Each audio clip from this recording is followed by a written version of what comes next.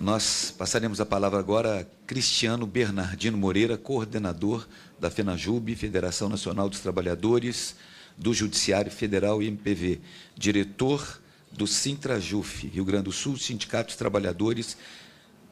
do Judiciário Federal. Vossa Senhoria dispõe de 3 minutos. Bom dia a todos e todas. Na pessoa do deputado Lincoln Portela, também a deputada Érica Cocai e do Petros, do Sindileges, eu saúdo a iniciativa dessa audiência pública para discutir um tema tão importante em um momento tão grave da política nacional,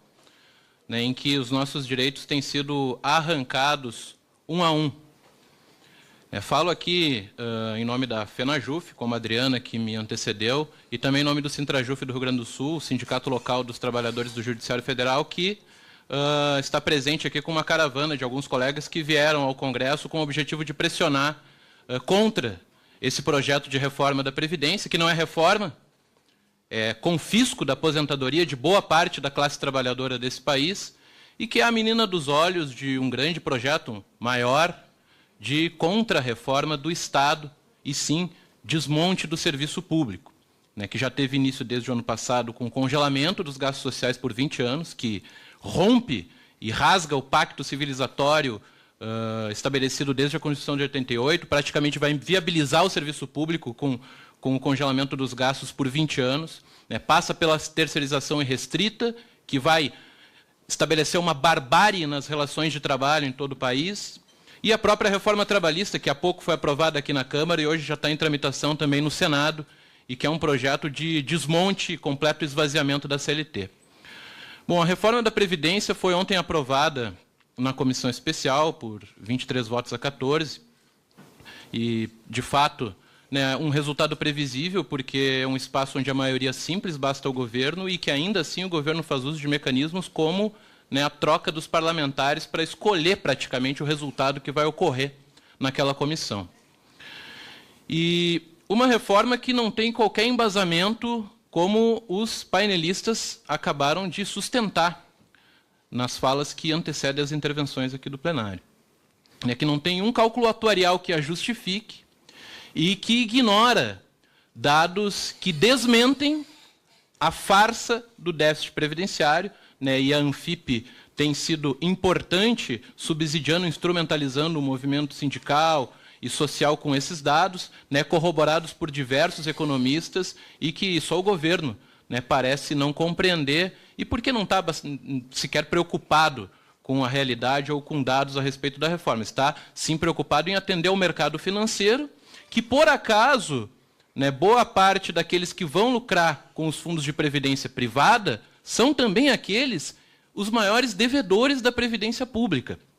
E são também aqueles que lucram com aquela que é a raiz dos problemas econômicos e sociais desse país, que é a dívida pública, que consome metade do orçamento da União e é intocável, permanece intocável, governo após governo, sem sequer cumprir aquilo que diz a Constituição Federal, que manda auditar a dívida pública, e com isso certamente nós estaríamos debatendo em outro patamar. Então esse é um ponto. Agora,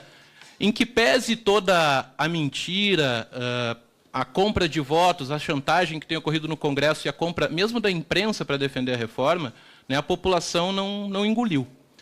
Uma pesquisa que foi realizada antes da greve geral que parou esse país, uma greve geral que foi apenas a maior já realizada na história do Brasil, já se tinha um dado de que 71% da população rejeitavam a reforma da Previdência. E tenho a impressão que esse dado certamente pode ter crescido nos últimos dias. E o embate decisivo, de fato, vai se dar no plenário, e a leitura também é de que o governo não tem os votos necessários para ver aprovada a reforma, os 308 votos do quórum qualificado para aprovar no plenário. Porque, inclusive, se tivesse, nós sabemos que o governo não tem muitos pudores para aprovar a urgência e encaminhar votações da forma como bem entende. Aliás, nem que para isso sejam necessárias manobras, como feito com a reforma trabalhista. Tivesse votos necessários, essa reforma já estaria no plenário, talvez já estivesse no Senado. E não tem. Então, é fundamental que nós tenhamos em mente que esta luta está em andamento ainda e os próximos capítulos dependem muito, né, da mobilização que nós vamos construir, e há reuniões já planejadas entre as centrais e entidades sindicais para construir uma nova jornada de mobilização e de luta, né, que vai e precisa repercutir aqui no Congresso,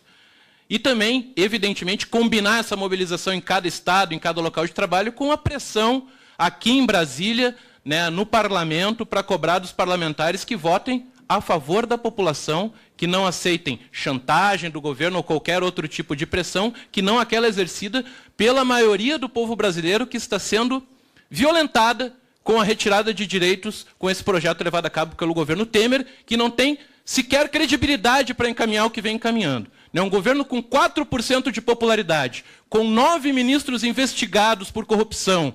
não tem credibilidade alguma para seguir roubando os direitos da classe trabalhadora desse país. E, para concluir, sei que o tempo é curto para falar a esse respeito, né, compreendo que haja algumas manifestações mais críticas à mobilização dos agentes penitenciários que ocorreu ontem aqui também. Mas há uma frase do Brecht, Bertolt Brecht, que diz, né, do rio